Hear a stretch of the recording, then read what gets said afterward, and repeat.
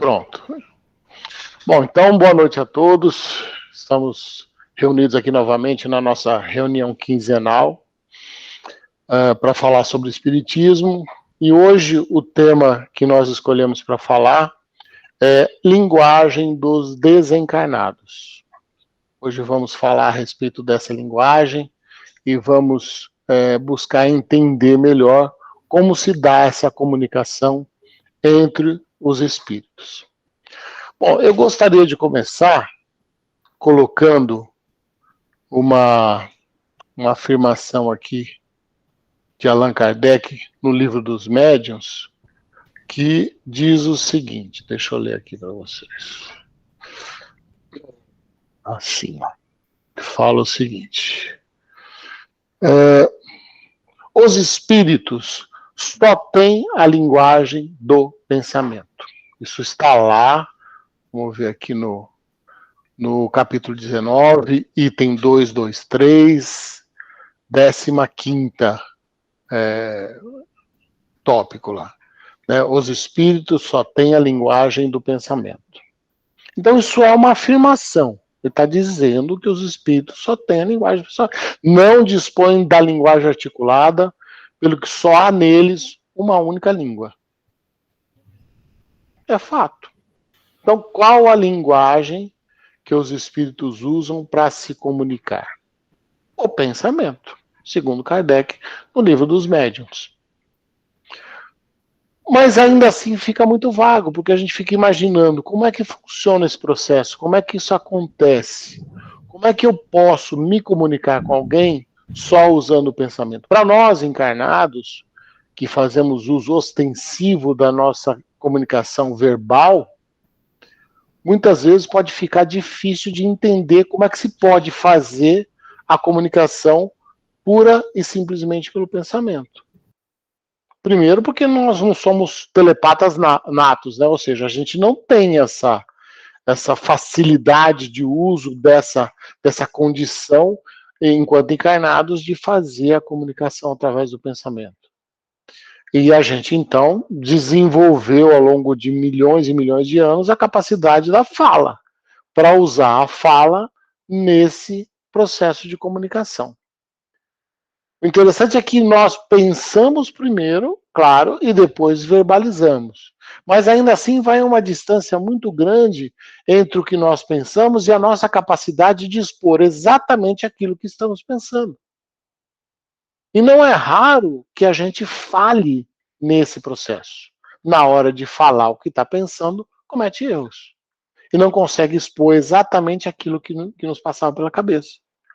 Porque essa comunicação verbal, ela vai ser influenciada por várias outras possibilidades. Vai ser influenciado pelo outro, eu não sei como o outro vai receber a mensagem, vai ser influenciado pela situação psicológica minha e do outro, vai ser influenciado pelo meio, vai ser influenciado pela escolha das palavras que eu posso utilizar. Enfim, existem uma série de interferências que vão ocorrer que, de fato, não vão me permitir expor exatamente aquilo que eu estou pensando. É um exercício doloroso e trabalhoso você conseguir encontrar as palavras para expor o seu pensamento da melhor maneira possível, para que o outro de fato entenda. Considerando, inclusive, que muitas vezes o outro não está nem te ouvindo, né? Ele não tem uma audição empática, então ele não te ouve. E aí você gastou todo aquele vocabulário, buscou as melhores palavras, a melhor condição de expor, e o outro ouviu 50% do que você falou, se muito. Né? Então, essa é uma dificuldade que temos enquanto encarnados. Mas o espírito desencarnado, o espírito errante, ele tem a faculdade do pensamento, de comunicação através do pensamento. Não é necessário que ele verbalize. E ao contrário do que possa parecer, esse processo de comunicação é muito mais rico e muito mais produtivo do que a verbalização. Existe muito mais informação contida numa emissão de pensamento, colocando assim inicialmente, do que em um livro que eu posso escrever tentando passar uma mensagem. Às vezes, Uma imagem vale por 1.000.000 de palavras. Basta que eu consiga analisar aquela imagem da maneira correta. Então, para evoluir um pouco mais esse nosso raciocínio a respeito da linguagem dos desencarnados, eu fui buscar lá na Evolução em Dois Mundos, escrito por André Luiz, e psicografado por Chico Xavier. No item 22 ele fala lá, linguagem dos desencarnados. Ele evolui um pouco mais essa linha de raciocínio para não ficar pura e exclusivamente nessa definição de que, pronto, é pelo pensamento e acabou, né? Então ele diz, a pergunta começa assim, como se caracteriza a linguagem entre os espíritos? Aí ele responde, incontestavelmente, a linguagem do espírito é, acima de tudo, a imagem que exterioriza de si próprio. Pensando em espíritos encarnados, isso também é uma verdade. Porque antes do que nós vamos falar, antes da mensagem verbal que a gente pretende usar, nós já chegamos nos locais nos comunicando. Através do quê? Através da postura, através das expressões, através da linguagem corporal. Tudo isso faz diferença. E tudo isso é uma forma de comunicação. Se a gente colocar lá no Google a linguagem corporal, vai aparecer dezenas de milhares de autores lá que fizeram trabalhos a respeito de linguagem corporal. Para que lado você olhou para cima, olhou para baixo, olhou para o lado, se você piscou o olho, se não piscou o olho, como é que você se expressa usando as mãos. Tudo isso, quem está treinado é capaz de olhar e entender uma mensagem muito completa antes mesmo que a gente fale uma primeira palavra. Olha que interessante. Tá triste, tá ansioso, as mãos não param, enfim. O cara analisa, olhou para a esquerda, tá lembrando, olhou para a direita, tá criando, então é mentira, olhou para a esquerda, tá rememorando, então é verdade, né? Olhou para a direita e para cima, então o movimento dos olhos, tudo isso são formas de linguagem que, mesmo sem dizer nenhuma palavra, nós já estamos nos comunicando com o outro. E, na maioria das vezes, fazemos isso de forma inconsciente. Tanto nós, ao passar uma mensagem corporal, quanto o outro a receber essa mensagem corporal, também de uma forma basicamente inconsciente, mas aquela mensagem chega na pessoa e a pessoa já forma uma opinião de você antes mesmo que você comece a falar. Pode perceber. Quando você vai verbalizar, você vai estar, de alguma forma, confirmando aquilo que a pessoa, parte das informações que a pessoa acabou recebendo pelas outras formas de comunicação. Falando de um espírito desencarnado, já começa aí também, pela sua condição moral, pela posição que ocupa, do ponto de vista do desenvolvimento moral, pela luz que irradia, pela sua condição de comunicação. Lá a espiritualidade, basicamente, mesmo quando o espírito não diz uma palavra, só de olhar para ele, você vai receber a mensagem que ele quer passar.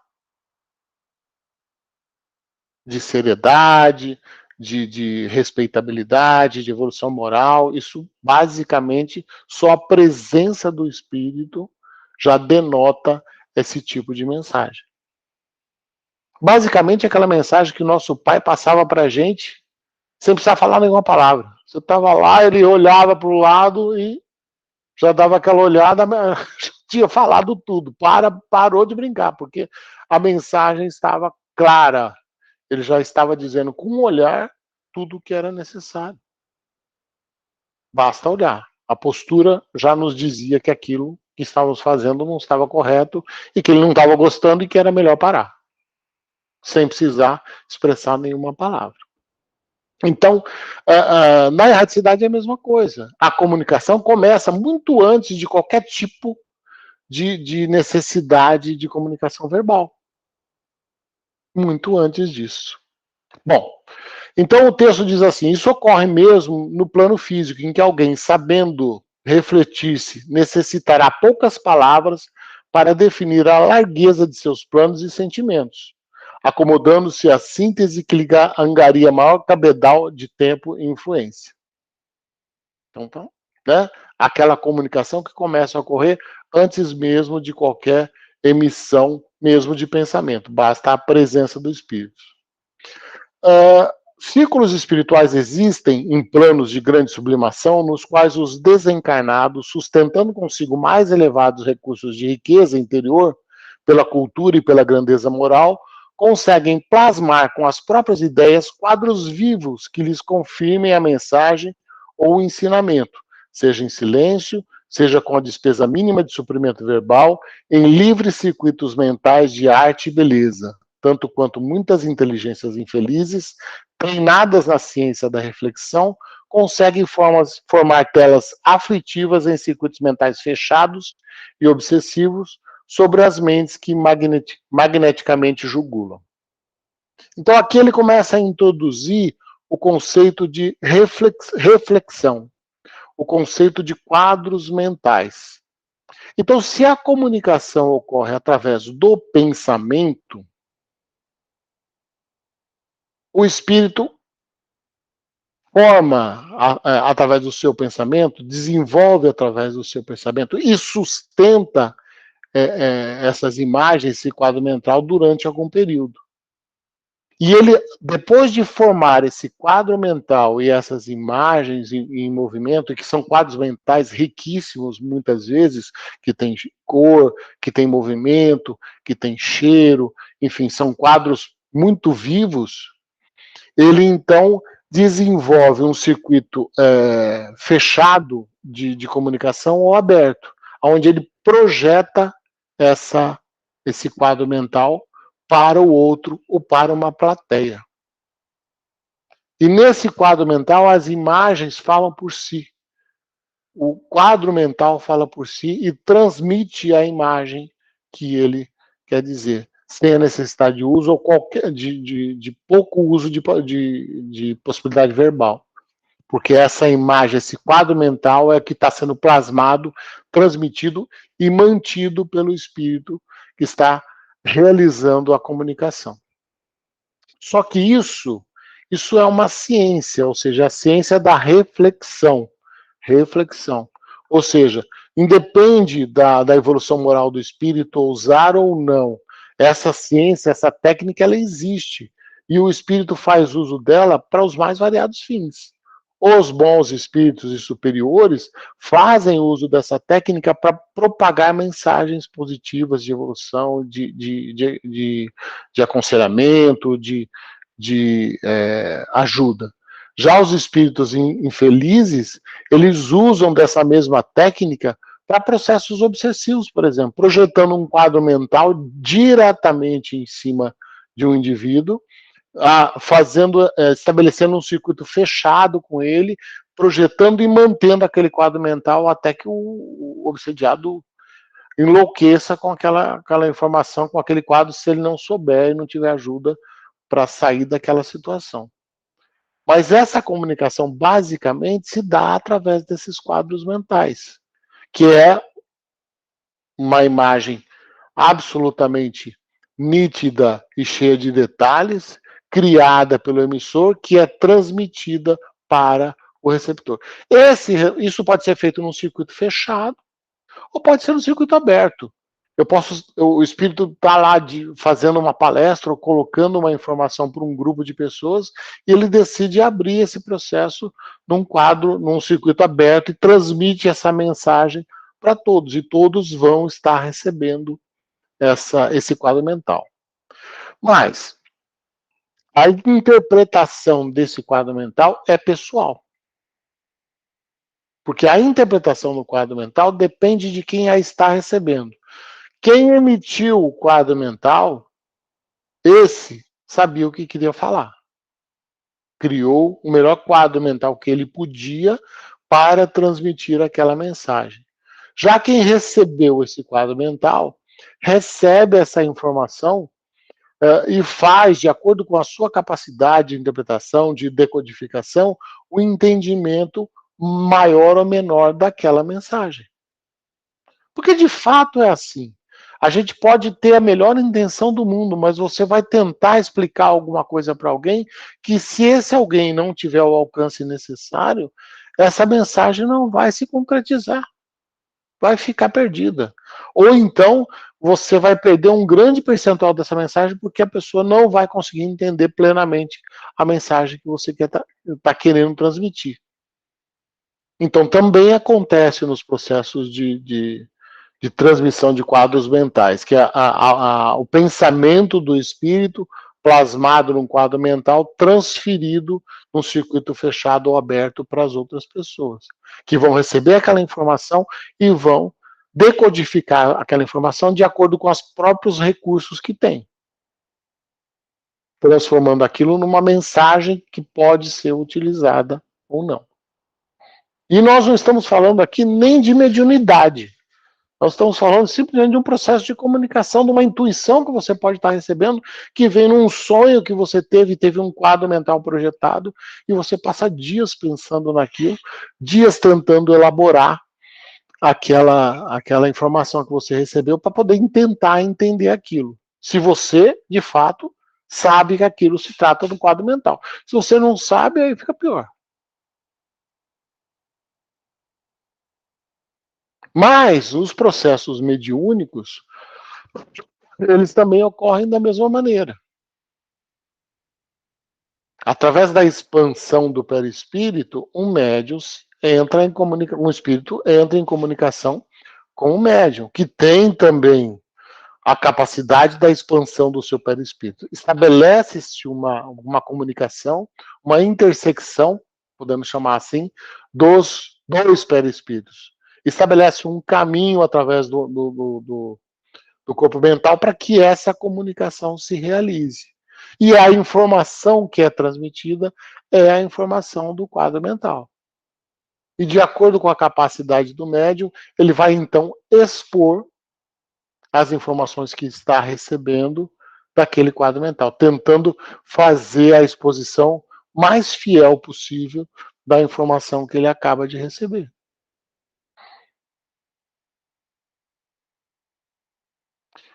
Então, gente, o texto continua assim, ó, de acordo com o mesmo princípio, espíritos desencarnados, em muitos casos, quando controlam as personalidades mediúnicas que lhe oferecem sintonia, operam sobre ela a base das imagens positivas com que as envolvem no transe, compelindo-as a lhe expedir os conceitos.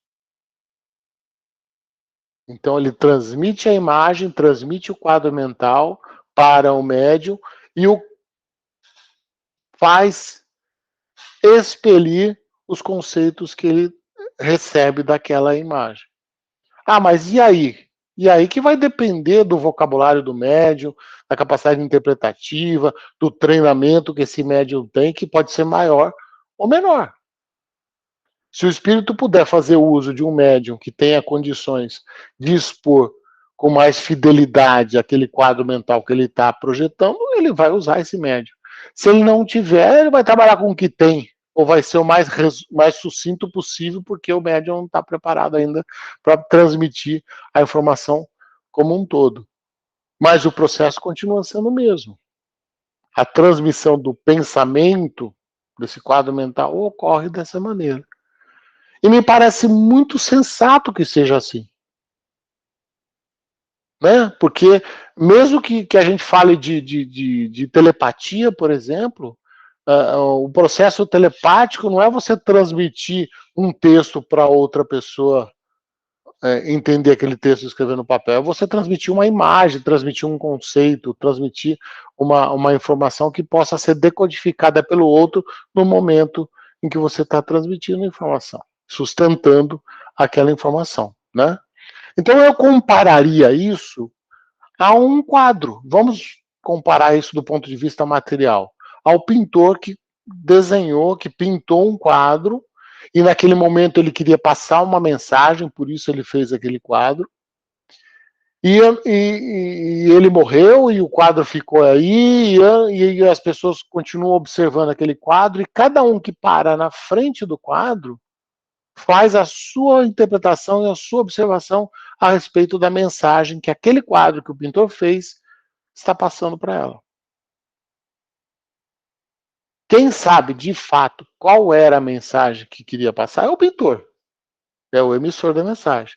Mas nós vamos olhar aquele quadro e ele vai nos trazer informações que vão estar de acordo com a nossa capacidade interpretativa.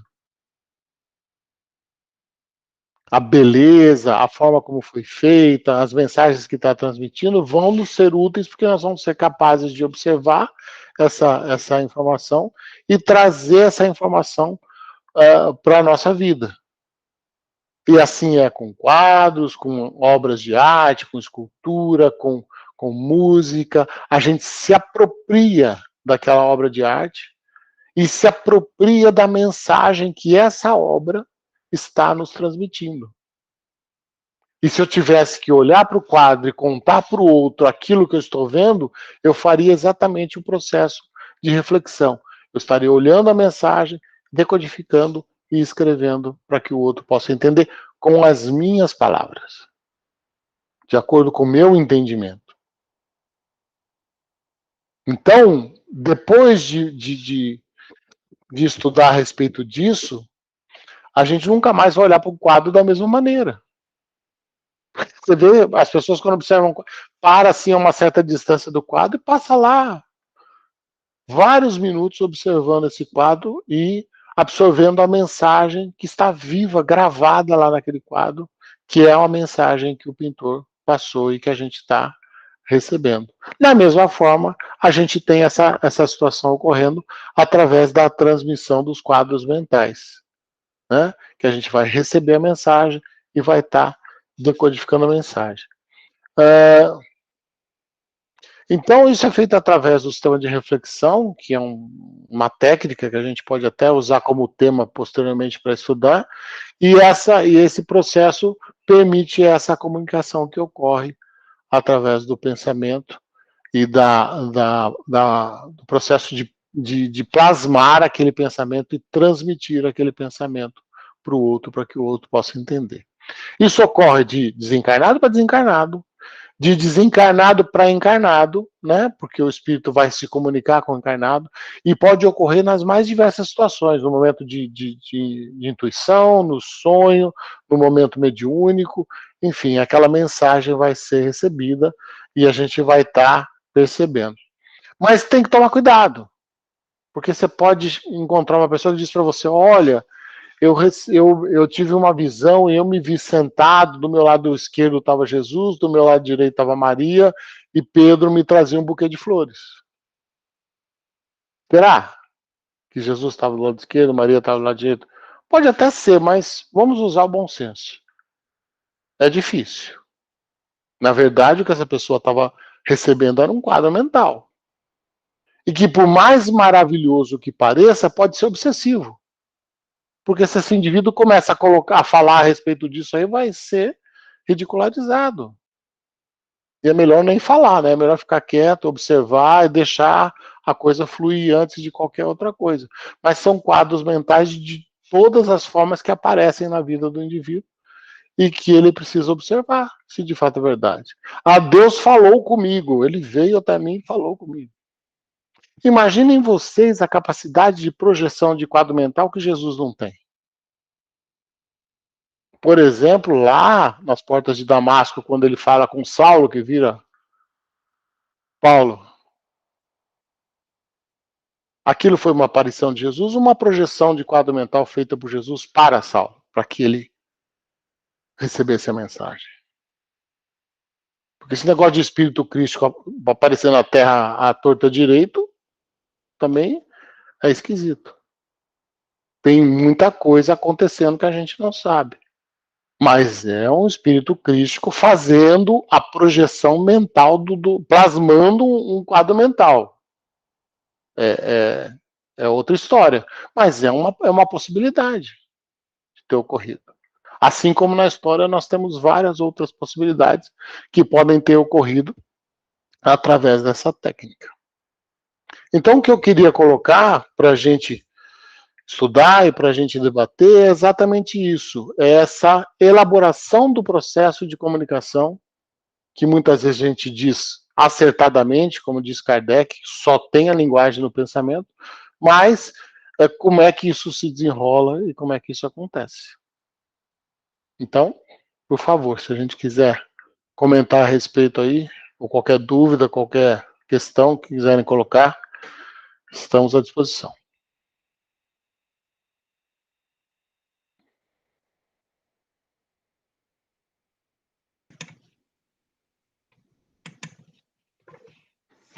Pode falar, Ana.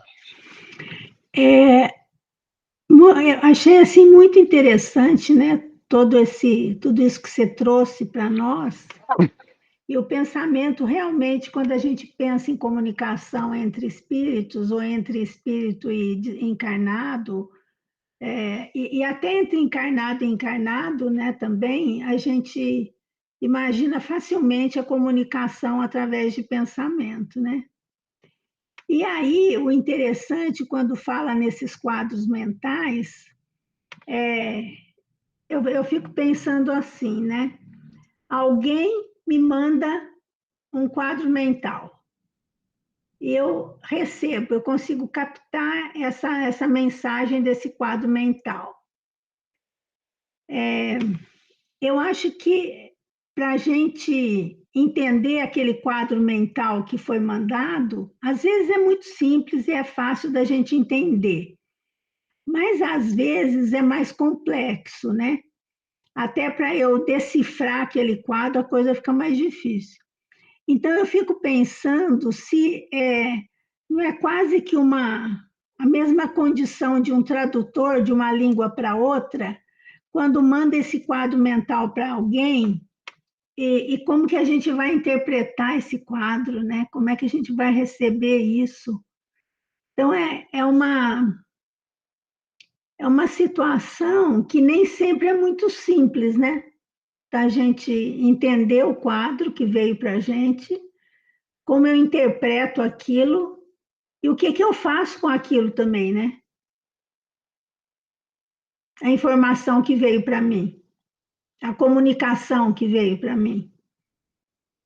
Por isso tem que tomar cuidado, né? Porque a interpretação é a chave da questão, né?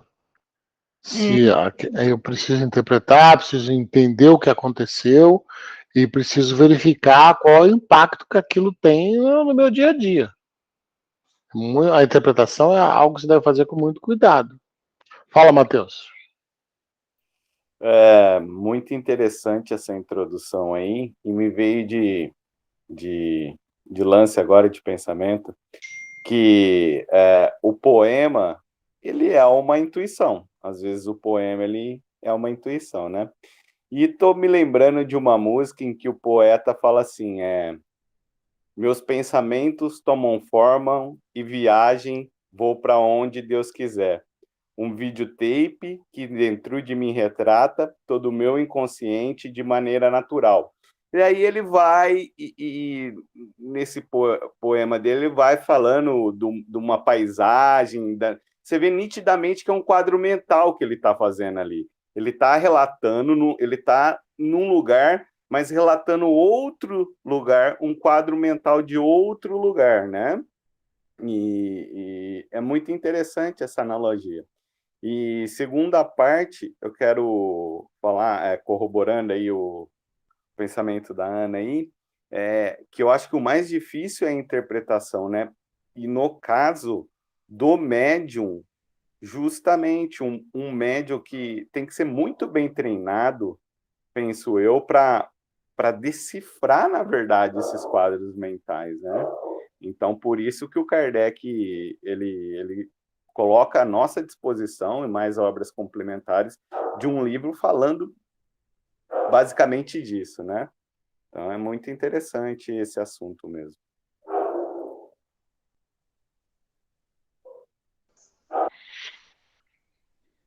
Oswaldo?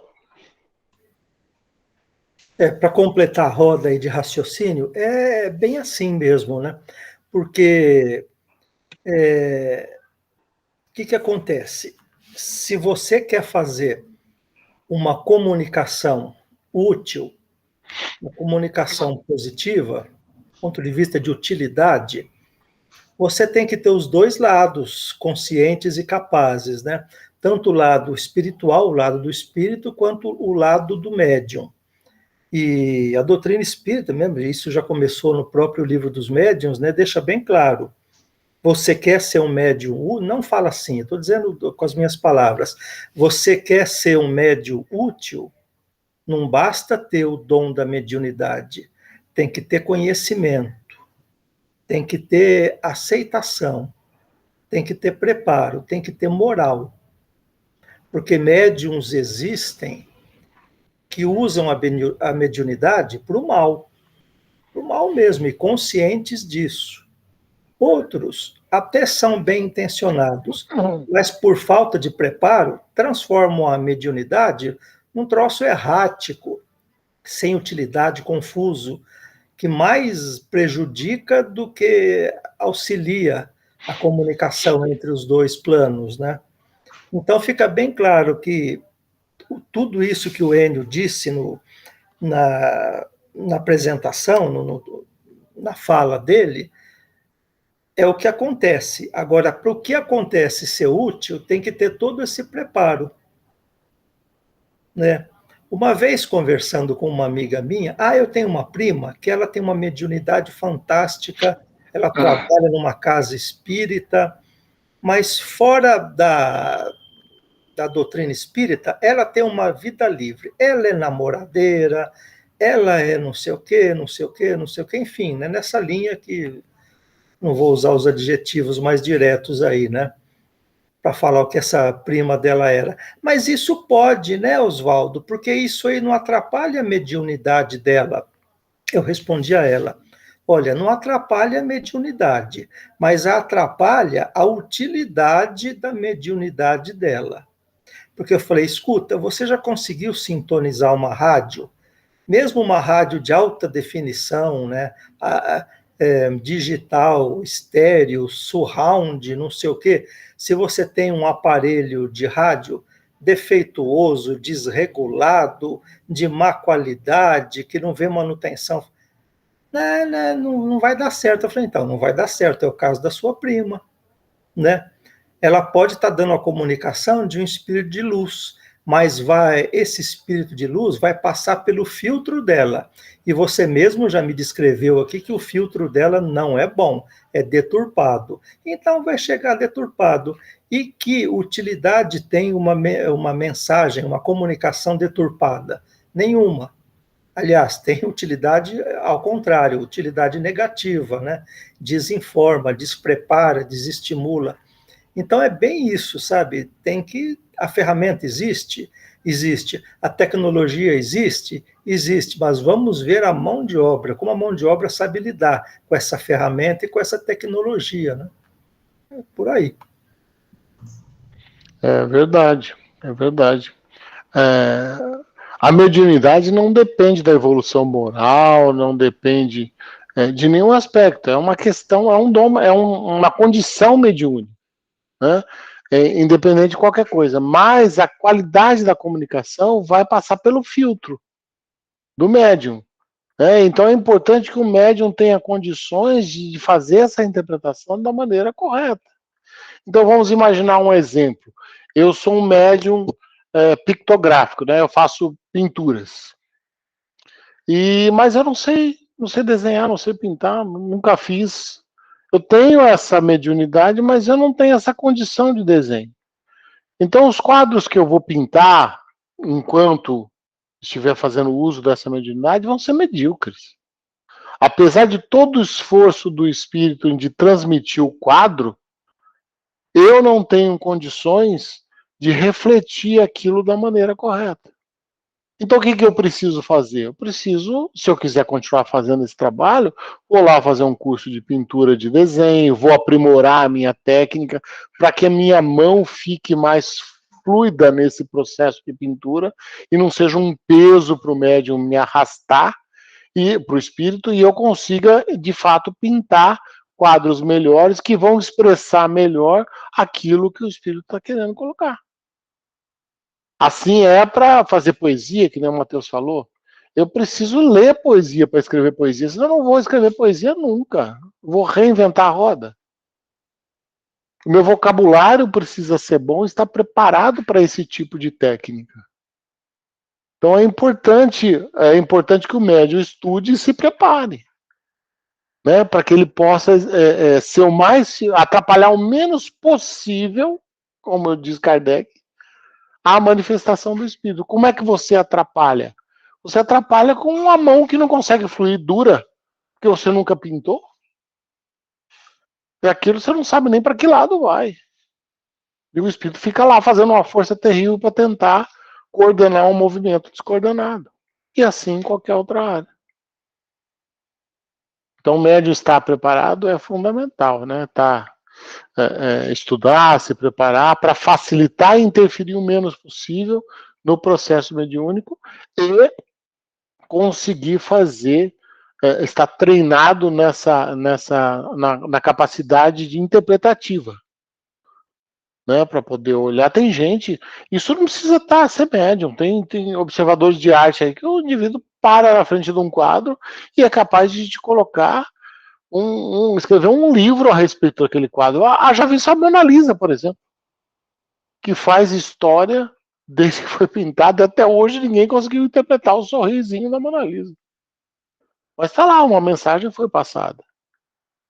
E o mundo busca a interpretação desse quadro até hoje. Tem textos homéricos a respeito desse quadro, que busca essa interpretação. É uma questão de treino.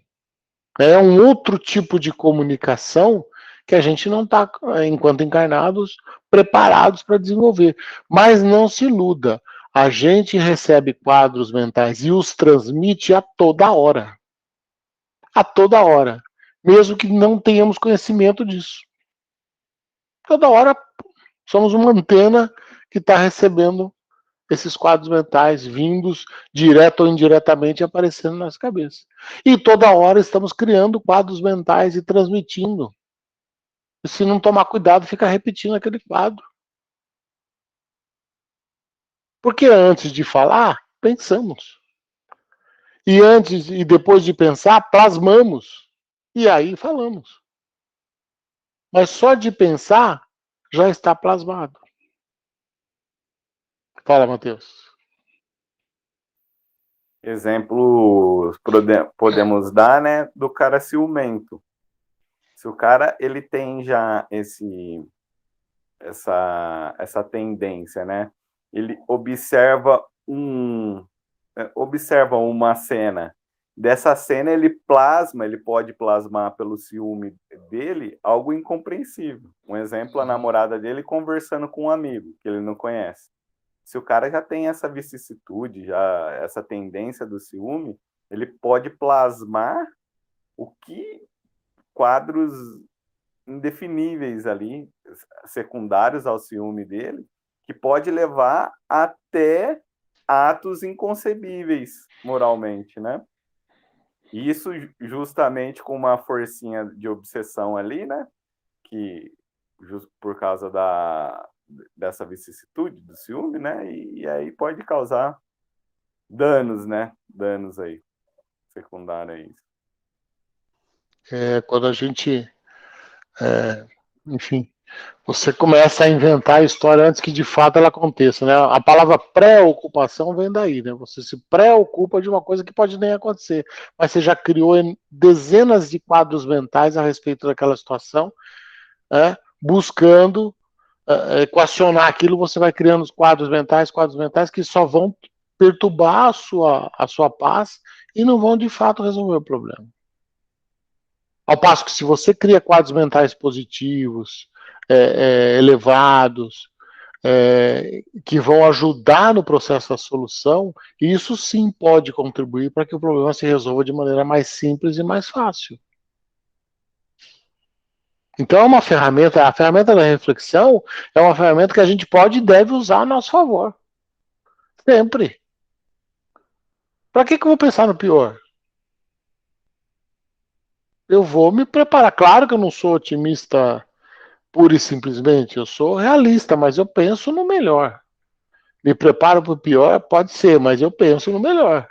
para que aquilo se desenvolva da melhor maneira possível, usando a reflexão a meu favor.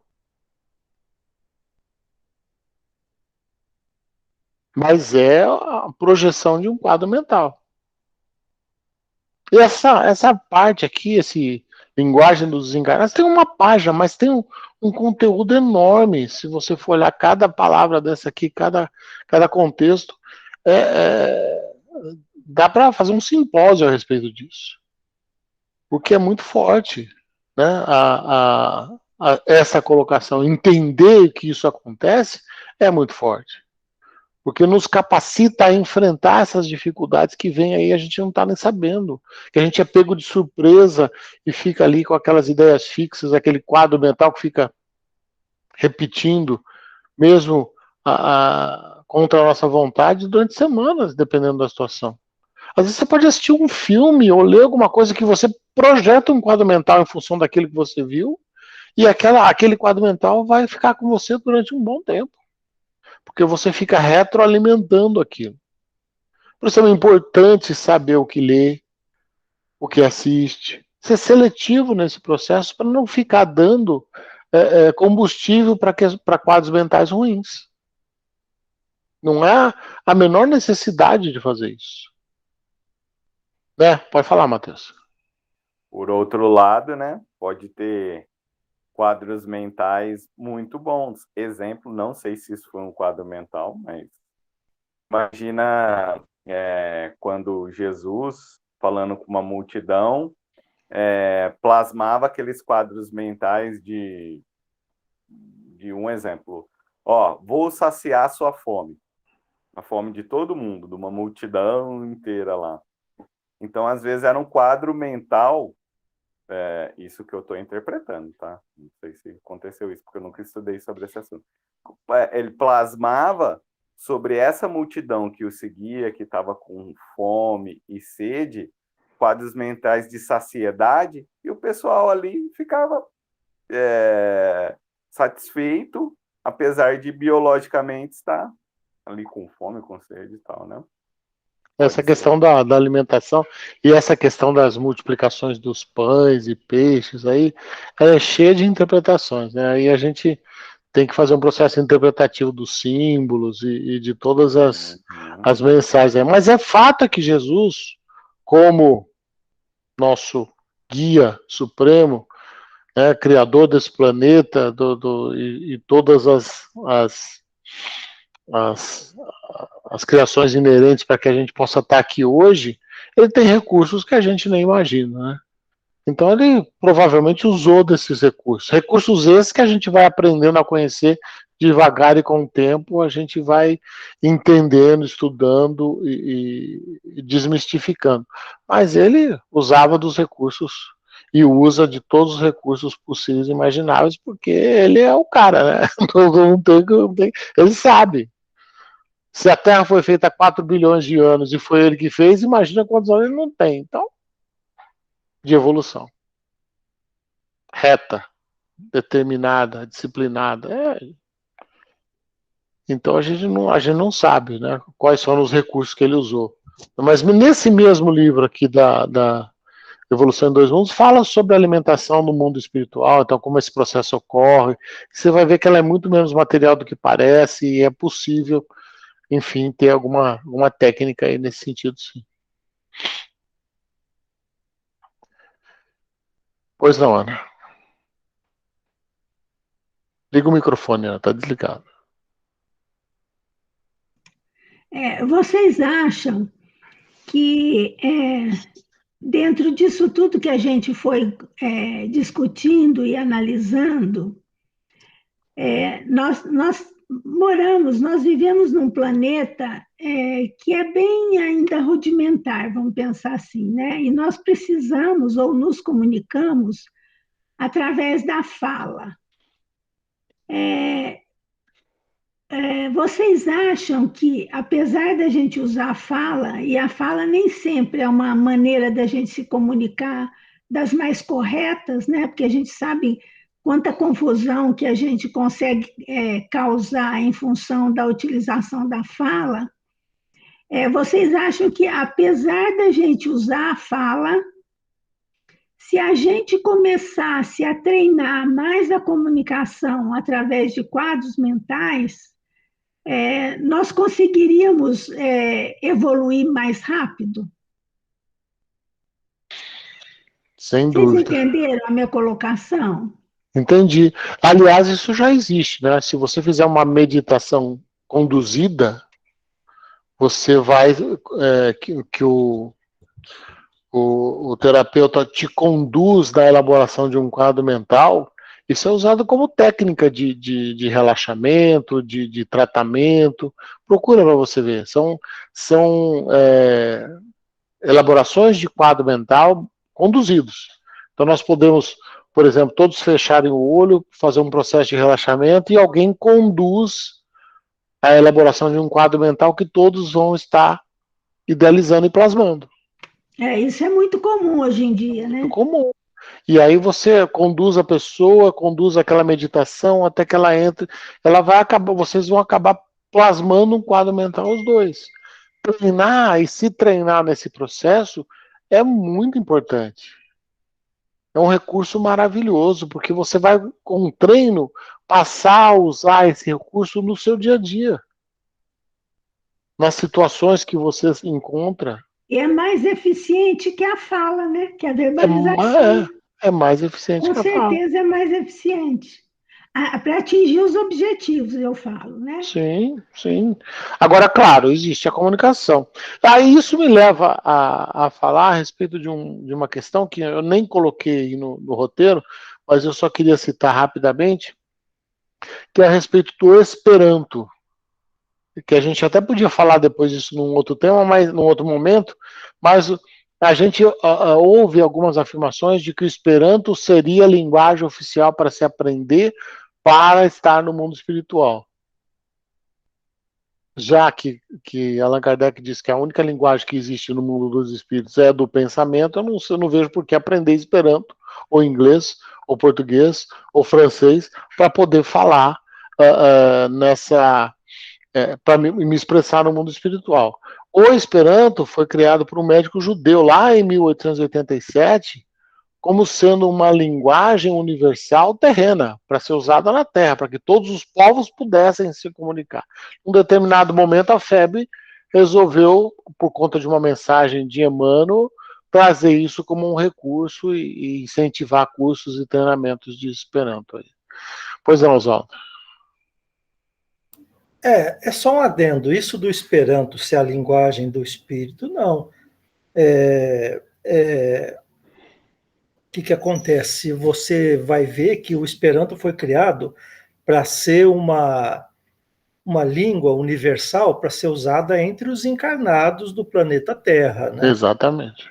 Porque, veja, até englobando aquilo que a Ana falou, aquilo que você falou, a comunicação através de quadros mentais, ela denota evolução. Claro, com certeza, porque se comunicar pelo pensamento, e se comunicar pelo pensamento de forma não física, que a fala é física, é orgânica, ela tem a ver com nossa estrutura física. Então, se você fugir dela para se comunicar pelo pensamento, significa que você está evoluído, né? Ou pelo menos já está em evolução, né, em processo de evolução, porque você vai estar se comunicando com uma pessoa em pensamento. É o que o espírito faz quando ele se comunica com o médium, né? Ele não fica falando, até porque se o médium escutasse ele falar, todos os outros da mesa que não são médios também escutariam. Se fosse físico, né, estaria ouvindo. A não ser que algum participante ali fosse surdo, mas senão eles escutariam. Não, ele pensa o que ele está falando, e o médium recebe o pensamento do espírito de forma auditiva. Ele escuta alguém falando no pensamento dele, na orelha dele, né, no ouvido dele. Então ele repete isso. Ele como se ele fosse um transceptor, né? Ele recebe e transmite. Ele escuta o espírito falando no ouvido e repete aquilo com a própria boca, o médium. Mas o espírito não está falando, ele está pensando. Já o médium não consegue, ele tem que falar. ele escuta e fala. Inclusive, se você for lá no livro dos médiuns, ele tem uma parte mais para frente ali que fala sobre essa comunicação. Imagina um espírito que falava aramaico na sua última encarnação, que vai se comunicar aqui no Brasil, que língua que ele vai usar? Entende? Francês, inglês, português, esperanto. A comunicação, a base de toda língua, língua é o pensamento. Essa é a base. Essa é a base de toda a língua. Por isso que, teoricamente, o espírito pode se comunicar, uma vez removidas as barreiras materiais que ele vai encontrar com relação ao médium, à qualidade mediúnica, ao trabalho mediúnico, ele pode se comunicar em qualquer língua. Porque ele o faz através do pensamento. E também, viu, quando aqueles espíritos ainda sofredores, ignorantes, ainda rebeldes, às vezes até no mal, eles não conseguem usar essa ferramenta de pensar para o médium ouvir, ele tem ali um trabalhador da equipe espiritual para auxiliá-lo a fazer isso, né? Porque tem espíritos que não conseguem, eu vou pensar, o médium, ele não consegue elaborar isso. São espíritos. Porque ele não é treinado na técnica de reflexão, né? Ele não consegue transmitir a sua mensagem para o médium. É o caso de ter realmente um intérprete que vai conseguir fazer esse processo por ele, um mentor, um anjo de guarda que está com ele ali ajudando, um espírito amigo que vai ajudar no processo, é natural. Isso acontece com encarnados também. Vai lá no aeroporto para você ver. Tá cheio de um ajudando o outro lá que não fala, sai. E do outro lado também, você tem que ter um médium equilibrado e tudo saudável. Porque imagina só, se você tem um médium com um transtorno emocional, como é que ele vai entender, como ele vai filtrar aquilo que ele está escutando? E como ele vai transmitir isso? Só Deus sabe. Poxa, o sujeito tem um transtorno emocional. Que filtro esse transtorno emocional que ele tem vai ser usado para ele transmitir a mensagem do espírito? Bom, quem tem transtorno emocional está com as emoções deturpadas, né? Então, ele vai transmitir algo deturpado? A literatura espírita fala a respeito disso, né? Quando a mediunidade deve ou não ser utilizada em pessoas que têm, utilizada por pessoas que têm algum transtorno psíquico, psicológico, que ele chama do germe da loucura, né? Assim, na época em que foi escrito. Que a mediunidade não deixa ninguém louco, mas não deveria ser utilizada por pessoas que têm algum desequilíbrio de ordem psicológica. Porque a tendência é piorar, né? O indivíduo vai receber quadros mentais que ele não sabe se é dele ou de quem que é, e aquilo vai ser perturbador e não tem condições de lidar com isso. Né? Numa dessas N palestras que eu já escutei aí, houve um caso de uma médium que ela tinha um problema muito sério em relação ao pai, porque o pai era muito autoritário e numa época em que mulher era subalterna, não fazia nada, nascia para casar e criar filho, não sei o quê. Então ela foi criada pelo pai de uma forma com muita tirania. O pai foi muito tirano com ela. Então ela tinha um trauma profundo em relação ao pai. Aí, numa reunião mediúnica, um espírito queria, através dela, como médium, mandar era um pai querendo mandar uma mensagem para a filha. Para quê? Essa mulher entrou em surto. Ela começou a descarregar toda a dor dela em relação ao pai no espírito pai, que não tinha, ele só estava usando... Não era a mesma história, né? Resumindo a questão, bagunçou, confundiu, deu o maior BO nessa comunicação, até que a turma de trabalhadores espirituais, mais a turma que estava dirigindo a sessão mediúnica, a turma encarnada, conseguiu colocar tudo nos seus devidos lugares, mas deu um transtorno ali. A moça teve culpa? Não. Ela era profundamente abalada com a criação que ela teve. Ela ficou profundamente abalada com isso. E quando ela era um pai querendo mandar um recado para a filha, ela voltou ao passado dela, ao pai dela. Foi o gatilho emocional, né, velho? Gatilho emocional descarregou toda a dor dela. E ela nem teve culpa, realmente era uma coisa doída para ela. Foi uma criação terrível, tirana, papapá. Então, é o que eu falo, né? Tem que ser bom do lado de lá e ser bom do lado de cá. Porque senão você transtorna toda a comunicação. E isso é ruim, porque isso é depõe contra o espiritismo, depõe contra a comunicação entre dois planos. Se são pessoas que não estão preparadas para uma história dessa, elas vão sair dali achando que tudo aquilo é um perigo, ou então que tudo aquilo é uma enganação, ou então todas essas coisas.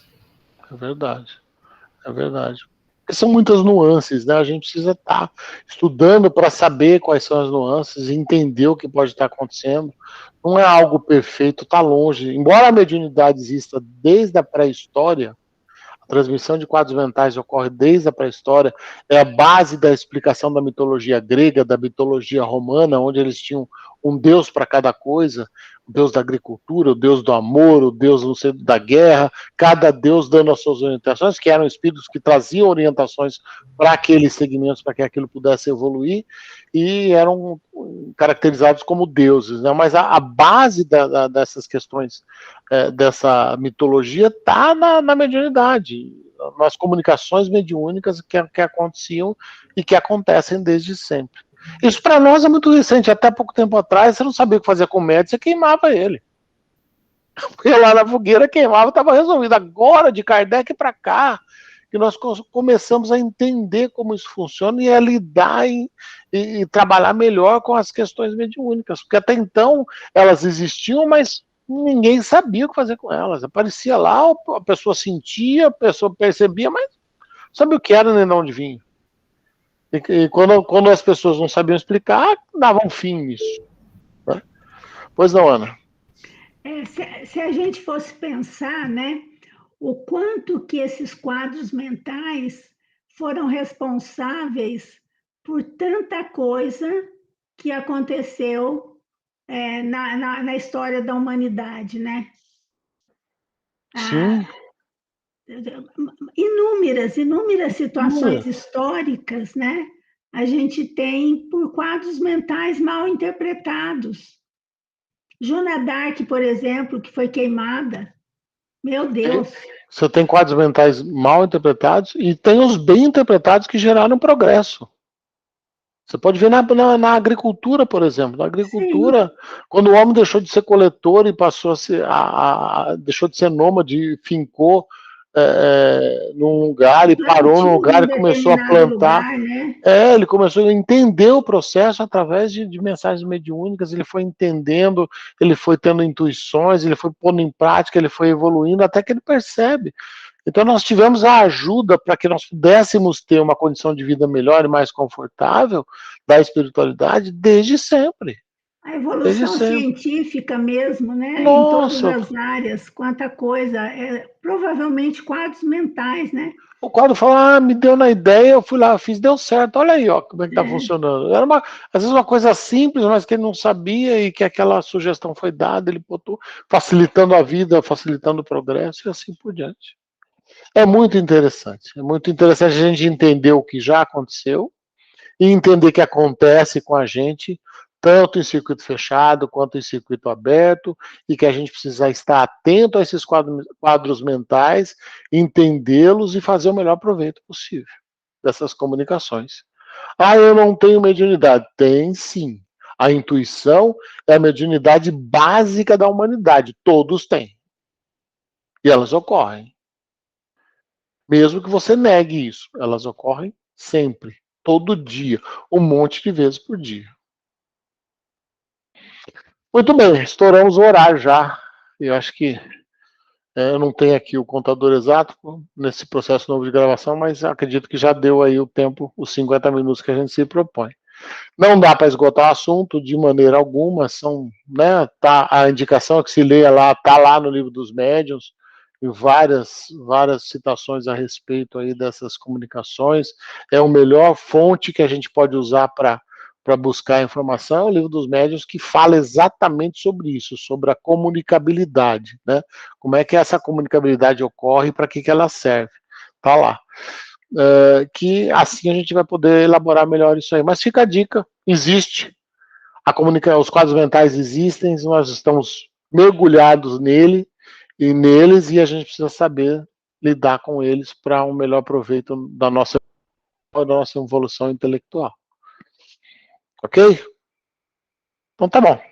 Na próxima reunião nós vamos falar sobre a linguagem, não sobre a comunicação. Nós vamos falar sobre a linguagem que os espíritos usam. A qualidade, o conteúdo, e são informações que vão estar também no Livro dos Médiuns, e aí a gente vai propor esse tema, com um segundo episódio dessa série aí de comunicação. Tá bom? Alguém quer fazer alguma consideração final?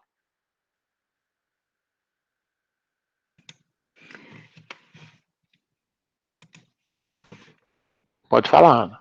Eu acho que é um tema interessante, importante, e parece que, de alguma forma, tem uma representatividade na comunicação muito grande mesmo, né? É um assunto, acho que inesgotável até. Sem dúvida. Muito bem. Então tá bom, gente. Eu quero agradecer, muito obrigado pela participação de todos, pelo tempo que vocês cederam aí para a gente poder estar conversando. Espero que tenha sido instrutivo e informativo para todos aí, que a gente possa caminhar a partir daí, tá? Muito obrigado. Nós agradecemos, viu, Enio? Até a próxima quinta-feira. Okay. Muito obrigado.